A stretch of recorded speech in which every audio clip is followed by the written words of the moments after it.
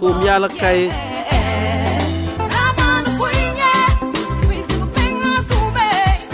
Tum yala kay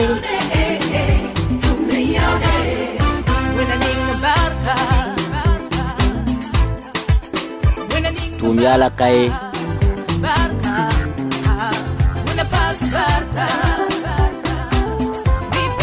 Tum kabe yala kay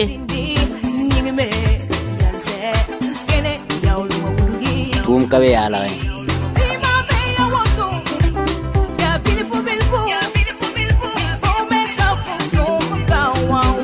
Tum kabe yala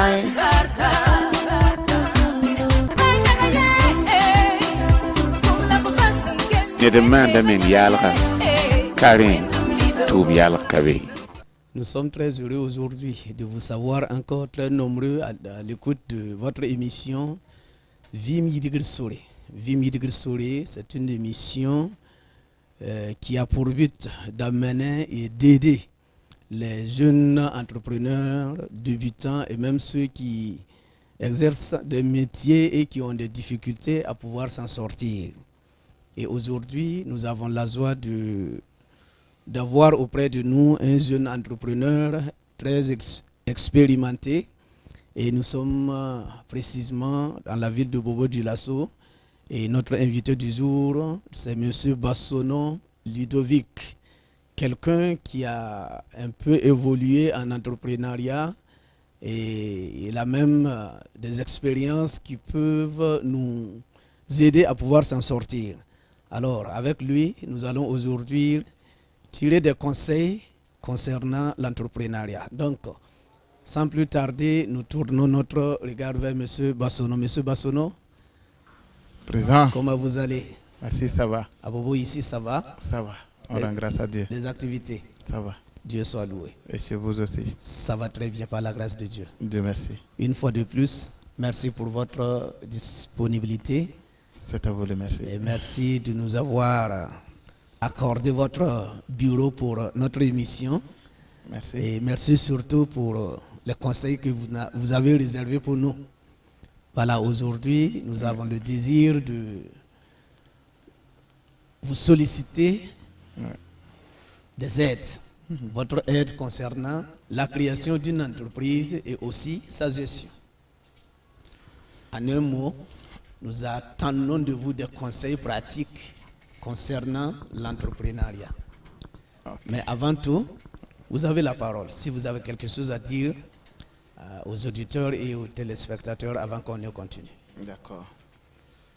Je voudrais tout d'abord adresser mes vifs remerciements à CVK LVD qui nous a accordé autant d'importance au point de se déplacer depuis Ouaga jusqu'à Bobo et encore mieux dans notre modeste bureau. Et à vous qui êtes là, je vous dis merci. Je voudrais revenir à la question que vous me posez, à savoir comment créer une entreprise et la gérer. Oui, en fait, c'est l'objectif de l'émission. C'est ça. Dans peu de temps, nous allons rentrer dans les détails. D'accord. Voilà. Est-ce que vous pouvez nous rappeler un peu votre genèse, je veux dire le début de votre entreprise brièvement, D'accord. avant qu'on entame le vif du sujet. Alors, nous sommes présentement ici à Pratinfort. Pratinfort. Pratinfort, Burkina, c'est pratique informatique. Pratique informatique, ok. Voilà. Ça veut dire que nous nous intéressons à l'application, sinon dans la pratique de l'outil informatique. Nous ne faisons pas de la théorie, sinon que nous faisons moins de théorie que de pratique. Notre objectif, c'est amener les gens objectif connaissance. Ça veut dire que vous formez on forme des gens objectif connaissance. Okay. Ça veut dire que même si vous venez à Pratinfort avec votre ordinateur en panne, notre objectif, c'est votre satisfaction. Voilà. Okay. Et au-delà de ça, nous sommes dans la commercialisation des produits informatiques. Et là encore, nous sommes en train de travailler avec des partenaires qui aiment la qualité, comme nous aussi nous aimons la qualité, pour toujours distribuer des produits de haute qualité. Ok. Voilà. Comme je le disais au début, Ouais. notre présence ici aujourd'hui, c'est pour solliciter des conseils C'est ça. par rapport à la création et à la gestion des entreprises. C'est ça. Puisqu'il y a plusieurs qui ont le désir de commencer une activité, mais souvent, il leur manque quelque chose. Et nous avons besoin de vos conseils qui va peut-être les aider. D'accord. Maintenant, quelqu'un qui a le désir de commencer une activité, Ouais. qu'est-ce que vous avez comme conseil? Alors, ce que j'allais dire premièrement, ce qui manque à celui qui veut commencer une entreprise et qui n'arrive pas, c'est d'abord le courage. Ce n'est pas de l'argent, j'allais dire. Ce qui manque à quelqu'un qui veut commencer une entreprise, c'est le courage. Parce que déjà, s'il dit qu'il veut commencer une entreprise, c'est qu'il a une idée. Parce que l'entreprise, c'est d'abord une idée de projet. Alors quand il a l'idée de projet, comment rendre cette idée palpable, rendre cette idée réaliste, ça, entre l'abstrait qui est l'idée et la pratique qui est la mise en place de l'idée, ce qui manque à beaucoup de personnes, c'est le courage. Peut-être les connaisseurs diront beaucoup d'autres choses, mais je dis, pour mon cas, c'est le courage. Osez commencer et vous allez arriver. D'autres ont la volonté de commencer, Ouais. mais leur premier souci, c'est le moyen financier. C'est ça. Ils disent qu'ils n'ont pas l'argent pour commencer une activité. Qu'est-ce que vous avez à dire par rapport à ça? Et d'autres, c'est la vision même qui n'y est pas. C'est ça. Ils ne savent même pas quoi commencer.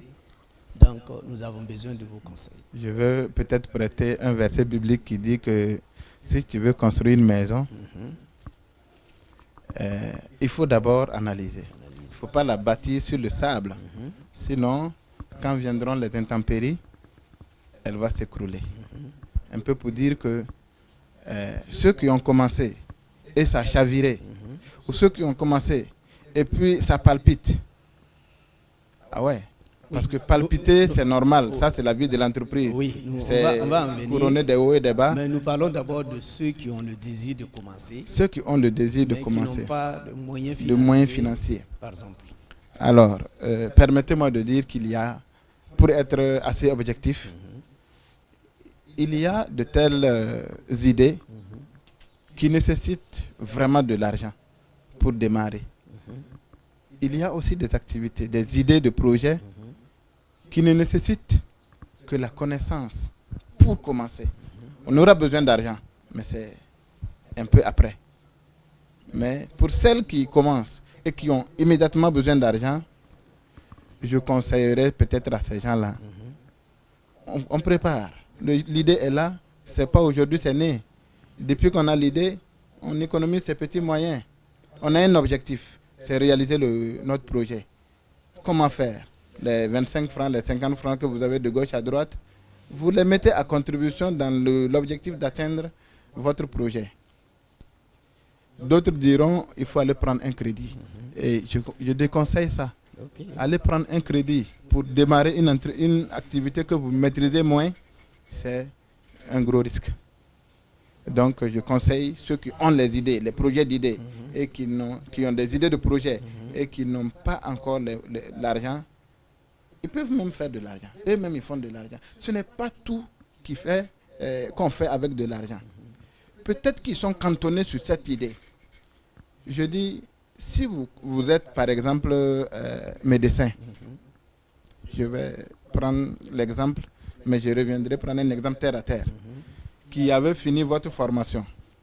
Et votre objectif, peut-être en allant à l'école, c'est peut-être sortir ouvrir une clinique. Vous sortez et vous n'avez pas encore les moyens d'ouvrir une clinique. Qu'est-ce que vous allez faire? Il faut commencer à consulter dans les cliniques. Ou bien, il faut commencer à mener des activités qui vont vous demander moins d'investissement. Et mettre dans l'objectif d'atteindre votre projet. et vous allez arriver. Je prends l'exemple de quelqu'un qui veut faire du cirage, qui veut tirer des chaussures. Il veut peut-être faire une cordonnerie. Il ne faut pas attendre de gagner de l'argent, aller louer une maison, l'équiper, et puis sortir t'asseoir là-bas pour faire la cordonnerie. Prends-toi un tabouret, un bidon avec de l'eau savonnée, et puis ta brosse, tu sors. Tu vas vers les gens et tu vas trouver d'abord le fond de roulement pour engager quelque chose. Ça, c'est ce que je peux donner comme conseil à ceux qui veulent commencer et qui n'ont pas les moyens. Okay. Les moyens ne viendront pas du ciel comme ça sur vous. Okay. Vous étiez déjà sur un autre point que je voulais aborder. Ouais.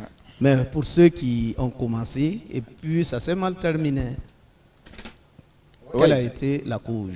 La cause, sinon les causes peuvent être multiples et je ne voudrais pas m'attarder sur ces causes. Okay. Je voudrais juste donner, comme je l'ai dit tantôt, un verset biblique qui dit que la maison, avant de la construire, on prend le temps. Oui. On analyse les besoins, on analyse la fondation. Et si on veut faire un R+1, R+2, R+3, tout se passe dans la fondation. Et la fondation pour un entrepreneur, c'est les débuts. Ce n'est pas une course de vitesse. Quand on veut créer une entreprise qui puisse nous être utile et être utile à des générations à venir, ce n'est pas une course de vitesse. Donc, peut-être qu'il a manqué la base solide, mais ce n'est pas perdu. Parce que même la Bible dit que quand vous courez, vous tombez, il ne faut pas rester couché. Relevez-vous. Faites de cette chute-là un atout et reprenez. Et j'encourage ceux qui ont commencé et qui ont chaviré à reprendre. Leur échec devient pour eux un atout.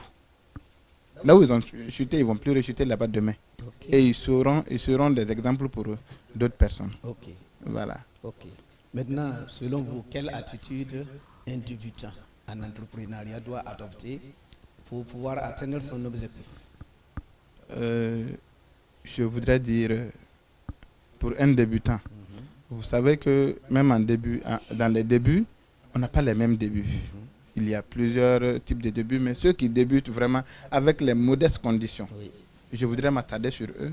Ceux qui débutent avec les modestes moyens, je voudrais dire qu'il faut se fixer un objectif. L'objectif à se fixer est très important. Lorsque vous vous fixez un objectif, c'est ça que vous regardez. C'est ça votre but. Et vous poursuivez votre objectif. Vous savez, lorsque vous avez les regards sur l'objectif, tout ce qui se passe en bas, derrière vous, à côté de vous, ne vous intéresse pas. Et très souvent, ce qui nous fait chuter, ce qui fait que les entreprises, les jeunes entreprises meurent, c'est qu'à peine on veut démarrer, à peine on veut commencer à vivre dans une aisance. Je voulais en venir. Ce qui fait que les moyens ne suffisent pas. Oui, effectivement, certains, à leur premier marché ou deuxième marché comme ça, quand ils se rendent compte que ça commence à démarrer, ouais. Ils veulent vivre comme les autres. Ils veulent vivre en patron. Bon, dans des voitures de luxe, ouais. Un peu de conseils à leur égard. Oui, lorsque nous faisions notre formation en entrepreneuriat, le formateur disait que l'ennemi des entreprises, c'est les 4 V. 4 V. Voilà. Expliquez-nous. Les 4 V, il dit que c'est villa, voiture. Vêtements, ou bien c'est quoi? Oui, c'est en tout cas, oui. Villa, voiture, VVF. Villa, voiture, femme. Ok. Voilà, VVF. Les jeunes entrepreneurs, lorsqu'ils commencent à sortir un peu la tête, ce qui les intéresse le plus, c'est vraiment la vie. Ce qui est vraiment un ennemi à la réussite de leurs objectifs ou à l'épanouissement des jeunes entreprises. L'entreprise aussi, lorsque vous créez une entreprise, c'est comme je dis, tout est question d'objectifs. Si vous savez qu'il y a des gens qui créent des entreprises avec l'objectif de 2 semaines. Oui. Prenez par exemple ceux qui vendent les timbres pendant les dépôts des concours. Ils se fixent un objectif, une entreprise qu'ils créent pour 2 semaines. Il l'a créé pour vendre des timbres et puis de disparaître. C'est son objectif. Ça, il n'y a pas de problème. Quelqu'un, par exemple, qui veut construire une entreprise et qu'il fait de cette entreprise sa vie, doit mettre du sien. Voilà. Quelquefois, les amis, nos amis, quelquefois, sont des ennemis de notre entreprise. Vous voyez. On dit les mauvaises compagnies corrompent les bonnes mœurs. Voilà. Vous avez une idée de projet. Vous êtes en train de vous battre pour réussir votre projet. Et pendant ce temps, vous avez des compagnies qui ne voient pas dans le même sens que vous, qui vous dévient un peu. Vous risquez d'aller à côté. Voilà. Certains jeunes aujourd'hui, et précisément, certains diplômés, ils ont le diplôme, mais ils disent qu'il n'y a pas d'emploi, pas de travail. Ils ont fixé leur regard sur nos autorités. Ils attendent, ou du moins leur espoir, c'est le concours. Qu'est-ce que vous avez à leur dire? Et mon cri de cœur à l'endroit de ces jeunes frères, c'est juste... vraiment, c'est un cri de cœur. C'est demander aux jeunes diplômés de jouer la balle à terre. Pourquoi je dis ça?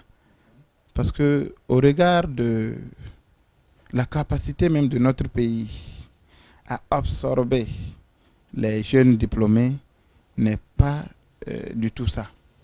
La capacité du pays à absorber les diplômés n'est pas du tout ça. Alors, j'invite tout le monde à se... On peut créer de l'emploi. Si on ne vous emploie pas, employez les autres. Employez les autres. C'est vrai, quelque part, je veux rejeter la faute aux autorités. Bon, depuis il y a longtemps, parce que nous n'avons pas appris dans les différentes écoles comment faire quelque chose de nos 10 doigts. Du système éducatif au Burkina. On n'a pas appris, il y a longtemps, on n'a pas appris aux jeunes comment se débrouiller de ces 10 doigts. Donc aujourd'hui, là, tout le monde sait qu'au Burkina, c'est question de papier. Donc les gens ont finalement les documents. Ils ont même fini l'université. Je peux jurer sur mon petit doigt comme ça, que si vous allez attraper à l'université, vous prenez les étudiants de la première année, demandez-les qu'est-ce qu'ils veulent faire quand ils vont finir, ils ne savent pas. Même à l'université, à la première année, ils ne savent pas ce qu'ils veulent. Ils sont à l'université d'abord. On va finir finir pour voir ce qu'on veut faire. Là, c'est le danger. Et quand on finit, on a les diplômes, mais on ne sait toujours pas quoi faire. Comment vous prenez, par exemple, quelqu'un qui a un bac plus 3 dans votre entreprise et vous êtes obligé de le former encore pour qu'il puisse assurer les moindres tâches. Autant prendre BPC, non? Bon, c'est pour dire qu'il faut casser le niveau, chercher le travail. Ne regardez pas au diplôme. Ok. Maintenant, si on vous demandait de donner, pas dire un conseil, mais votre point de vue par rapport à notre système éducatif, est-ce que vous avez quelque chose à proposer concrètement pour le système? En fait, je vais proposer quelque chose. Je sais que on a commencé à vivre ça, mais je crois que ça ne sera pas de trop. Sinon, il y a un semblant de réveil au niveau du système éducatif au Burkina. On assiste de plus en plus aux centres de formation de base. Les CBNF, ça existait bien, il y a bien longtemps. Mais aujourd'hui, on commence à assister à plusieurs centres de formation au Burkina qui ont pour mission ou pour objectif de former pratiquement les jeunes à des métiers d'utilité socio-économique. Et ça, c'est à louer. Voilà. Ça veut dire que déjà, on est en train de sauver la faute qui avait été commise il y a longtemps. Aujourd'hui, vous allez voir que sur les chantiers, c'est des jeunes qui n'ont pas forcément de grand niveau, mais qui ont des CQP, qui ont des CAP et qui sont utiles. Vous voyez, les CQP, c'est certificat de qualification professionnelle. Ça veut dire que le monsieur, il peut faire quelque chose de ses 10 doigts.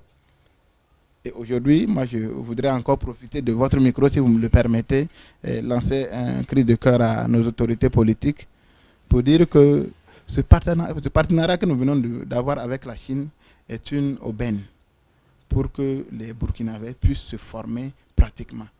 que ce soit ceux qui ont déjà des bacs plus, que ce soit ceux-là qui sont encore au niveau de BPC et plus, il faut les envoyer. Il faut les envoyer se former. Et puis les renvoyer avec objectif. Il faut les envoyer se former. On peut se développer. Ok. Un autre point. Merci. Dans notre pays, nous, quoi qu'on dise, il y a aussi des jeunes non diplômés, puisque tout le monde n'a pas eu le privilège d'aller à l'école. Je veux dire qu'il y a certains qui sont là sans diplôme. Quels sont vos conseils pour ces jeunes-là? Vous savez, ils ont plus d'opportunités que même les diplômés. Oui. Ils ont plus d'opportunités que les diplômés. Pourquoi je dis ça? Parce que vous et moi, qui sommes assis ici, chacun aurait voulu avoir, sinon voudrait s'habiller avec des tenues bien repassées. Les chaussures que nous portons, on veut toujours les avoir propres. Dans les ménages, il y a des besoins. Et même dans la ville, il y a du travail. Nous avons souvent des problèmes. La considération de soi, l'orgueil fait que nous n'arrivons pas à entreprendre. Ceux qui ne sont pas allés à l'école ne donne pas du travail. Est-ce que vous le savez? L'école ne donne pas du travail. Non. Le travail, c'est les 5 doigts. Ou plutôt les 10 doigts. La volonté et le courage. Ok. Merci beaucoup, M. Bationo. Bassono plutôt. Ok. Est-ce que vous pouvez nous citer quelques ennemis de l'entrepreneuriat? Des ennemis internes comme externes. Ok. Les ennemis internes de l'entrepreneuriat. Je veux parler de l'être lui-même. L'être lui-même, parce que nous, l'entreprise commence par la tête. Et quand vous commencez l'entreprise, si je ne suis pas trop sévère, je dirais que nous-mêmes, on est souvent ennemis de notre entreprise. Pourquoi? Parce qu'on a le projet, mais on travaille contre le projet. Quelquefois, sans le savoir. Les amis. Bon, toujours à l'intérieur, vous allez avoir comme ennemi de l'entreprise l'orgueil. Pour avoir l'ennemi, j'allais dire même le premier ennemi de l'entreprise, c'est l'orgueil. C'est d'ailleurs lui qui fait que certaines entreprises chutent ou bien sont mort-nées. L'ennemi de l'entreprise que je vais encore citer, je l'ai dit tantôt, ce n'est pas primordial. Mais c'est nécessaire à quelques niveaux. C'est le manque de moyens. Ce n'est pas un ennemi, c'est une faiblesse. Voilà. Quand on n'a pas les moyens pour pousser son business, on reste à tourner. Et puis finalement, ça va mourir. Pourquoi? Tout ça, c'est question d'éducation. Oui. Et les ennemis extérieurs, j'ai tantôt dit le temps est notre ennemi. Nos propres amis sont nos ennemis. Nos objectifs sont souvent nos ennemis parce qu'on fixe des objectifs contraires à l'objectif du projet. Vous avez un projet qui va commencer à donner dans 5 ans et vous avez des besoins immédiats de 6 mois. De 6 mois. Alors, vos besoins deviennent des ennemis de votre... Si vous ne savez pas les serrer, ça devient des ennemis de votre projet. Et si vous cédez, l'entreprise peut mourir. Et il y en a d'autres, il y en a beaucoup. J'ai dit les amis, le monde à côté de nous, c'est les ennemis de notre entreprise. Okay. Avant de se dire au revoir, en attendant la prochaine fois, nous savons que vous avez eu le privilège de voyager dans plusieurs pays. Nous pouvons dire que vous avez vu, vous avez l'expérience. Qu'est-ce que vous avez à dire, qu'est-ce que vous avez à nous dire aujourd'hui par rapport à tout ce que vous avez vu dans les autres continents et dans d'autres pays?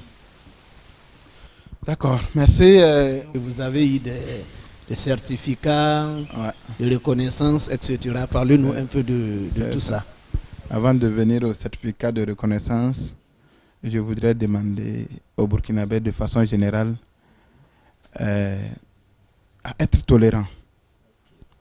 Vous savez, sans la tolérance, on échoue, on rate beaucoup de choses. Voilà, le Burkinabé, quelquefois, nous ne sommes pas tolérants, même dans la circulation. Vous allez vous rendre compte. Un jour, j'étais obligé de descendre de mon véhicule à un passage de piétons, hein, où chaque personne qui est allée à l'auto-école sait qu'au passage de piétons, le piéton a la priorité. Mais on arrive et personne ne laisse ses enfants qui veulent passer et qui doivent aller à l'école. On n'a pas la tolérance, on ne cultive pas la tolérance au Burkina.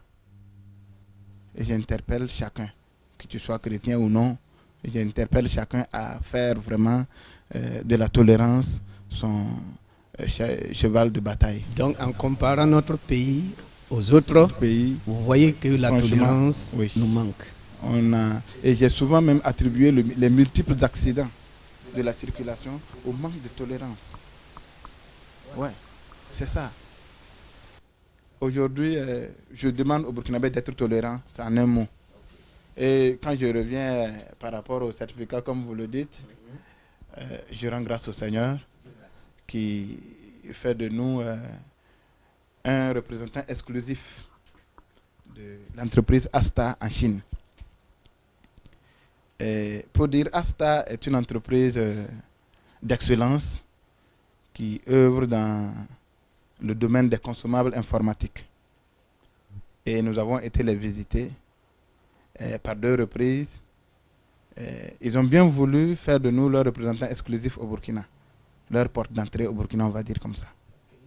Et nous avons des cartouches d'encre Asta. Que vous pouvez... ça c'est Asta Aco. Voilà, c'est une des branches de Asta que nous commercialisons au Burkina et que nous sommes amenés à commercialiser dans les 13 régions du Burkina. C'est des produits de très haute qualité. Ceux qui ont déjà commencé à utiliser ont fait confiance et continuent d'utiliser. Voilà. Je profite de votre micro pour demander aux Burkinabés de faire de Asta, de ces cartouches, leur consommable informatique. C'est des cartouches qui sont de très bonne qualité et j'allais dire qui entretiennent même vos machines. Et voilà. C'est les quelques éléments que nous avons eus avec l'extérieur et je crois qu'avec le Seigneur, le meilleur reste à venir. Voilà. Amen. Et merci à vous. En un mot, en une phrase, en une idée, avant qu'on dit au revoir, qu'est-ce que vous avez à dire à nos téléspectateurs et à nos auditeurs? Aux téléspectateurs et auditeurs, vous êtes sur la meilleure chaîne.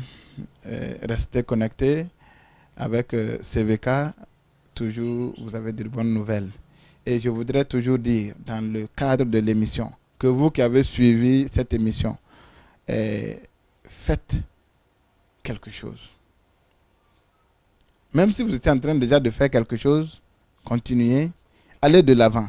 Parce que je prends toujours des exemples bibliques. Vous savez, le peu que Dieu a mis dans notre tête, j'ai dit le peu, pour illustrer un peu ceux qui pensent qu'ils n'ont rien. Si vous considérez le peu que Dieu a mis dans votre tête, ça peut faire beaucoup de choses.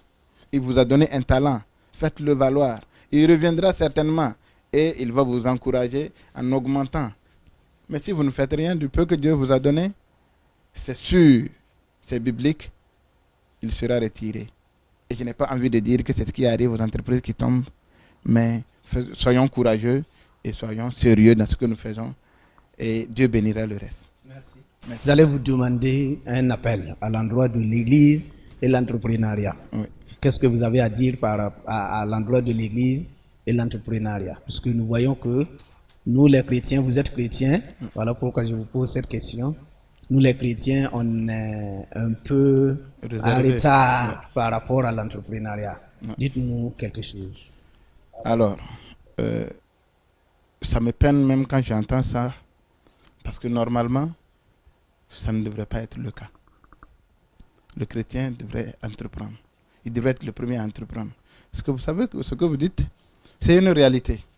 On ne peut pas démentir.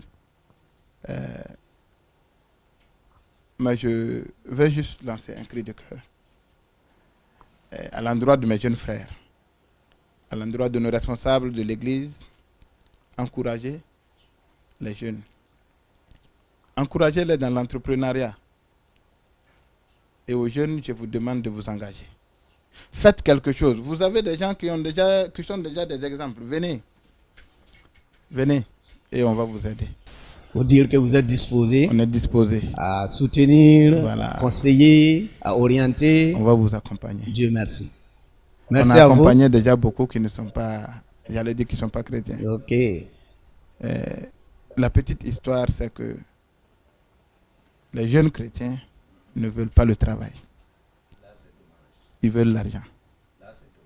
Ça, c'est aller au paradis sans mourir. Ouais. Ils veulent de l'argent, ils ne veulent pas le travail. J'ai beaucoup d'expérience ici. Ils sont beaucoup qui sont passés ici. Ouais. C'est dommage. Vraiment pris pas le temps. Merci beaucoup. C'est une belle idée qu'on aurait voulu que vous nous essayez de développer. Malheureusement, on ne pris pas le temps. C'est ça. Nous allons vous dire merci beaucoup. Merci. Merci de nous avoir accordé votre temps. D'accord. Merci pour ces conseils. Merci. Merci pour tout. Et nous disons merci également à nos téléspectateurs et auditeurs qui nous sont fidèles à tout moment. Ouais. Et c'est ici que nous allons nous arrêter pour aujourd'hui. Et Dieu voulant, on se verra la prochaine fois. Bilfu o singa da woto alwale baganeda ya bilfu o singa da woto alwale baganeda